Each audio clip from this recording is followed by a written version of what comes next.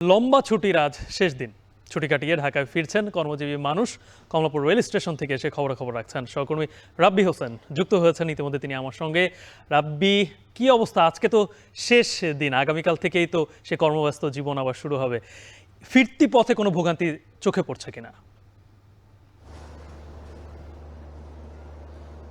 গালিব, ফিরতি পথের যে ভোগান্তির কথা বললেন সেটি একেবারেই সঠিক যে আজকে যেহেতু ঈদের ছুটির একেবারেই শেষ দিন, আগামীকাল থেকে এই যে নগরবাসী যারা আছেন, যারা ঢাকায় যারা কর্মজীবী মানুষ আছেন, তারা তাদের কর্মস্থলে তাদের প্রবেশ করবেন, তাদের আবারও এই যে কর্মব্যস্ত জীবন সে জীবন শুরু হবে। যার কারণে আজকে কিন্তু অনেকটা তড়িঘড়ি করে অনেকেই আসলে আজকে ঢাকায় ফিরছেন এবং প্রতিটি ট্রেনেই কামরাতে আমরা দেখেছি যে ট্রেনগুলো এই ঢাকার কমলাপুর রেলওয়ে স্টেশনে প্রবেশ করেছে, সবগুলো ট্রেনেই যাত্রীর সংখ্যা অনেক বেশি ছিল।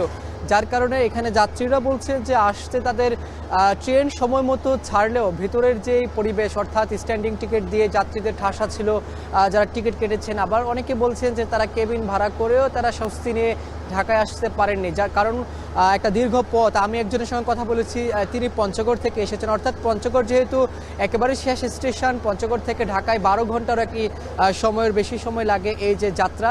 সেখানে অনেকে ঠিকমতো দাঁড়াতে পারেননি, বসতে পারেননি, ওয়াশরুমে যেতে পারেননি। অনেকে শিশু কন্যা নিয়ে এসেছেন, ছোট ছোট বাচ্চাদের নিয়ে এসেছেন, পরিবারের স্বজনরা এসেছেন, বৃদ্ধরা এসেছেন। যার কারণে ট্রেন সময় মতো ছাড়লেও তাদের ভোগান্তি রয়েছে, এই চিত্র রয়েছে। তবে কিছু কিছু জায়গায় স্বস্তিও রয়েছে, অর্থাৎ যারা কাছের দূরত্বে রয়েছে, কিশোরগঞ্জ, নরসিংদী বা এই এলাকার যারা যাত্রীগুলো রয়েছেন, তারা বলছেন তারা স্বস্তিতে আজকে ঢাকায় ফিরেছেন। অনেকটা আনন্দ নিয়ে তারা ঈদ উদযাপন করেছেন পরিবারের সঙ্গে, পরিবারের মানুষের সঙ্গে, এবং এসে তারা আজকে তাদের কর্মজীবনে প্রবেশ করবেন, এই আনন্দটাই তারা প্রকাশ করছেন। এবং বলছেন যে তারা যেহেতু ঈদের এবার লম্বা ছুটি পেয়েছেন, কেউ 7 দিন পেয়েছেন, কেউ 9 দিন ছুটি পেয়েছেন, যারা সরকারি চাকরিজীবী রয়েছেন তারা 9 দিন ছুটি পেয়েছেন, তারা আগামীকাল থেকে তাদের এই অফিসে জয়েন করবেন বা অফিসে এই তাদের আবারও কর্মজীবন শুরু করবেন। যার কারণে তাদের এই লম্বা ছুটি অনেকটা স্বস্তির ছিল, আনন্দের ছিল। অনেকে বলছেন ঢাকা থেকে যখন তারা বাড়িতে গিয়েছেন ঈদের ছুটি কাটাতে, তখন যেমন স্বস্তি নিয়ে ফিরেছেন, অনেক যাত্রী আজকেও তারা স্বস্তি নিয়ে আবারও ঈদ কাটিয়ে ঢাকায় ফিরেছেন।